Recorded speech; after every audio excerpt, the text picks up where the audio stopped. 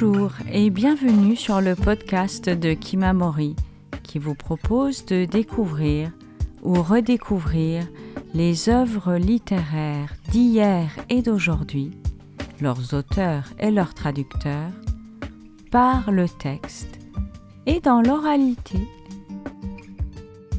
Nous poursuivons notre chemin dans les arts japonais grâce à cette série Chroniques de Kyoto, conçue et préparée par Corinne Atlan, romancière, essayiste et traductrice du japonais. Après le Monkoya et l'Ikebana, posons-nous dans la poésie des haïkus, dont certains seront lus en français et en japonais. 長満や記念植樹の土におう本郷貴美子専でした。 En ce début du mois de mai, je me suis rendue, comme tous les mois, tous les deuxièmes jeudis du mois, à la réunion de mon cercle de haïku. Chaque mois, tous les participants, nous sommes une vingtaine de personnes, toutes japonaises bien entendu, excepté moi, et chacun présente 3 haïkus qu'il a composés, en lien bien sûr avec la saison. Alors c'est un exercice très démocratique parce qu'anonyme. Simplement on lit des poèmes ensemble, on choisit ceux que l'on préfère, on en discute et à la fin seulement on révèle le nom de l'auteur. À la fin d'ailleurs de la session, c'est l'enregistrement que je vous ai proposé, le maître qui est Suzuka Rojin Sensei, le maître de ce cercle de haïku, poète réputé de Kyoto, donne sa propre sélection des meilleurs poèmes et les commente. Ainsi, ici, il commente un poème qui évoque les fleurs de sycomore, Suzukake no hana en japonais, des fleurs de sycomore qu'une personne a suspendues à ses oreilles comme des boucles d'oreilles et qui tremblent dans le vent. Voilà, on voit ici, comme toujours, le léger décalage entre les cultures. Chez nous, ce sont plutôt les cerises que l'on se met en boucle d'oreille pour s'amuser. Et voilà, ici, ce sont les fleurs très discrètes du sycomore, qui est une sorte de platane, en fait. Et comme l'explique d'ailleurs le professeur Suzuka, ce sont des fleurs extrêmement discrètes, mais qui évoquent justement cette saison, le début du mois de mai, un peu plus frais que d'habitude cette année, avec beaucoup de pluie. Ici aussi, le climat a des sautes d'humeur particulières, comme partout ailleurs dans le monde. Je vais donc vous lire quelques haïkus, non pas de ceux que nous avons composés, restons modestes, mais des haïkus de grands poètes japonais qui sont traduits en français dans les anthologies, plusieurs anthologies de traduction de haïkus que j'ai publiées avec mon ami le poète Zeno Bianu aux éditions Poésie Gallimard et qui existent aussi en collection bilingue, folio bilingue. Donc je vais vous lire quelques-uns de ces poèmes en version française et puis je demanderai à des amis japonais de lire la version japonaise. Ce sera plus joli qu'avec ma propre voix. Mais d'abord, quelques mots d'introduction sur le haïku, le poème bref, bien connu en France comme dans le monde entier. Mais au Japon, c'est un tout petit peu différent. Au Japon, pays d'origine bien sûr du haïku. Qu'est-ce que c'est que le haïku ? C'est, je pense, une cristallisation de l'instant. C'est pourquoi il évoque la saison, le moment précis dans lequel nous remarquons une petite scène, souvent assez ordinaire du quotidien, en lien avec la saison, puisque tout haïku doit contenir ce qu'on appelle un mot de saison. Ces mots sont extrêmement précis en japonais, ils sont répertoriés dans des almanachs que l'on appelle les saijiki, et les auteurs de haïku, les poètes ou les amateurs qui écrivent des haïkus se servent donc de ces saijiki qui sont des sortes de dictionnaires où vraiment la saison est répertoriée, catégorisée avec une minutie assez extraordinaire d'instant en instant. Les Japonais, depuis des siècles et des siècles, ont observé tous les changements de la saison, non seulement les changements de la nature, les fleurs qui commencent à s'ouvrir, enfin en bourgeon d'abord, qui commencent à s'ouvrir, puis qui se fanent, puis qui tombent, puis le vent qui se met à souffler, les différentes sortes de vents. Il y a des centaines de mots, centaines, j'exagère peut-être, mais non, je pense que c'est pas loin si on les comptabilise vraiment tous. Il y a vraiment énormément de mots pour évoquer les différentes sortes de vents selon le moment où ils soufflent, selon la région d'où ils viennent. Et il en va de même pour la pluie, par exemple, puisque le Japon est un pays très pluvieux. Il y a différentes sortes de pluie, des petites bruines aux averses jusqu'aux pluies de la saison des pluies. Des pluies avec d'énormes gouttes, des petites gouttes, des pluies qui tombent comme des traits, des pluies qui tombent comme des points. Tout est répertorié. Et donc cela permet d'évoquer très précisément le moment où se déroule la scène. Et cette scène, souvent assez ordinaire, dont le poète est témoin, dont il parle, à laquelle souvent il s'identifie, puisque dans le haïku japonais, on utilise très peu le mot « je », si bien que le lecteur aussi ou l'auditeur du haïku peut complètement s'identifier lui aussi avec ce moment ou cette scène qui doit être en rapport avec un état intérieur, une émotion, une sensation, et qui doit aussi s'inscrire dans un mouvement qui dépasse l'être humain. Ce mouvement, c'est ce mouvement cyclique des saisons.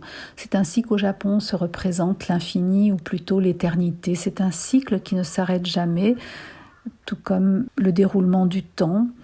Voilà, tout comme les choses qui naissent, qui grandissent, qui mûrissent, qui se fanent, qui semblent mourir mais qui ensuite reviennent à la vie dès que le printemps arrive.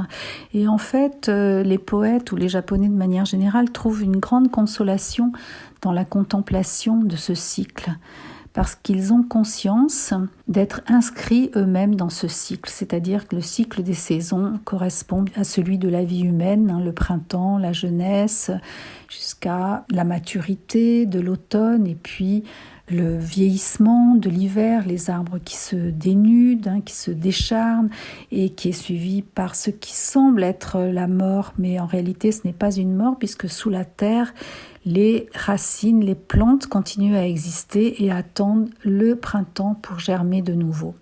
Si bien que la contemplation des rythmes de la nature, la conscience des rythmes de la nature et la contemplation des moments de la saison, c'est quelque chose d'extrêmement consolateur.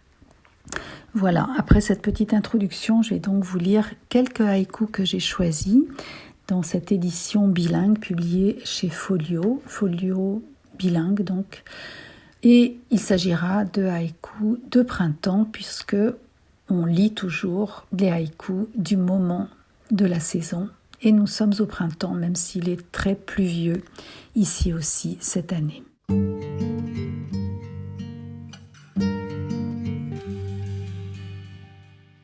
Quelques haïkus de printemps, extraits de Folio bilingue, haïku. Traduction de Corinne Atlan et Zeno Bianu. Ce printemps dans ma cabane, absolument rien, absolument tout. Yamaguchi Sodo. Yado no haru, nani mo naki koso nani mo are.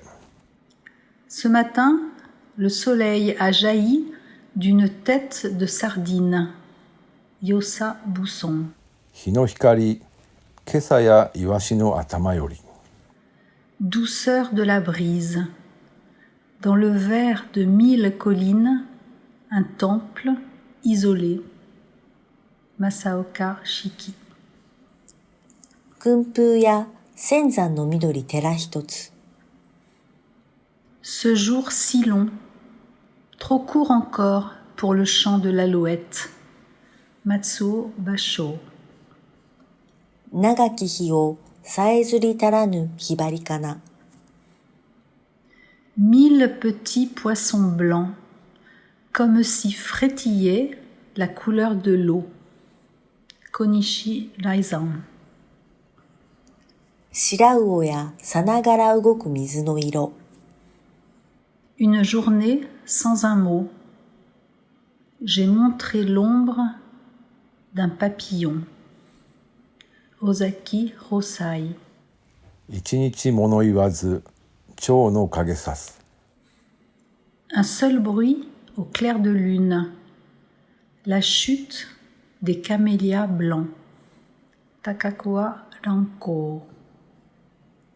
白椿落ちる音のみつきよかな。 Sur le sentier de montagne, le soleil se lève au parfum des pruniers. Basho. 梅がかにのっと日の出る山鹿な。 Sous les fleurs d'un monde flottant, avec mon riz brun et mon saké blanc. Basho. 花に浮きよ我が酒白し飯黒し。 Tous en ce monde, sur la crête d'un enfer, à contempler les fleurs. Kobayashi Issa. 世の中は地獄の上の花見かな。 La cloche se tait, les fleurs en écho parfument le soir. Basho. 鐘消えて花の皮つく夕べかな。 Je vais vous lire un extrait de la préface d'un livre intitulé simplement Haïku, publié en 2022 en folio bilingue aux éditions Gallimard donc, et dont les traductions, tout comme la préface, sont signées par Zeno Bianu et moi-même. Rien de pesant, rien de solennel, rien de convenu, juste un tressaillement complice, une savante simplicité, l'éclosion spontanée d'une fleur de sens. Le haïku tremble et scintille comme un instant poème. Une étincelle jaillit de la confrontation entre présent et éternité. Il suspend, comme en se jouant, la raison discursive qui nous tient lieu de béquille, avec une ambition souveraine, dire la réalité telle qu'elle est. Le haijin, le poète de haïku, semble photographier, enregistrer un simple rien, mais dont l'éclat irradierait sans trêve. Il ne conçoit pas, il découvre. Il règle la focale sur ce qui est là, maintenant, inépuisable dans l'éphémère. Non pas une essence, mais une dynamique, une énergie. Loin d'être asservi par un quelconque point de vue, il cherche un point de vision, un nouvel angle. L'attention se centre sur un ou deux détails à même de dire la totalité d'un ensemble. La partie devient le tout. Des perspectives éclairantes s'organisent. Premier plan et arrière-plan dessinent la géographie illuminatrice du poème. Habité par une exigence d'expression absolue, le haïku dénude la langue jusqu'à sa moelle, pour révéler sans discourir. Et s'il apparaît comme l'expression vraie d'un vertige, c'est sans doute parce qu'il s'attache à ciseler sans fin cette pure aporie, mettre en mots le silence. Ces quelques syllabes ouvrent un espace de naissance infinie que la lecture échoue à épuiser. Il faut dire que le lecteur est convoqué au plus vif, au plus vrai de sa palette sensible, pour compléter le poème, le faire résonner. Comme si la métaphore cédait ici le pas à la résonance, onde d'un galet de sens ricochant sur les eaux du silence. Le haïku propose un art de vivre les phosphènes du monde et du temps, une écoute de toutes les formes de coïncidence. Il plaide à sa manière pour un esprit désoccupé, un esprit qui se laisse habiter. Il met en scène un jeu-monde à la fois totalement impliqué et parfaitement désimpliqué, un jeu-univers, un corps au diapason de l'espace. Œuvrant à un réenchantement généralisé, le haïku remercie la vie, partout où elle s'improvise.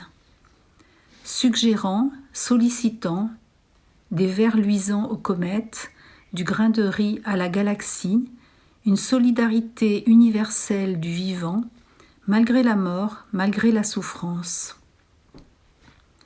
Il y a là, entre intuition et attention, un sentiment d'appartenance à la réalité sensible, une esthétique qui est toujours une éthique de l'amour ultime.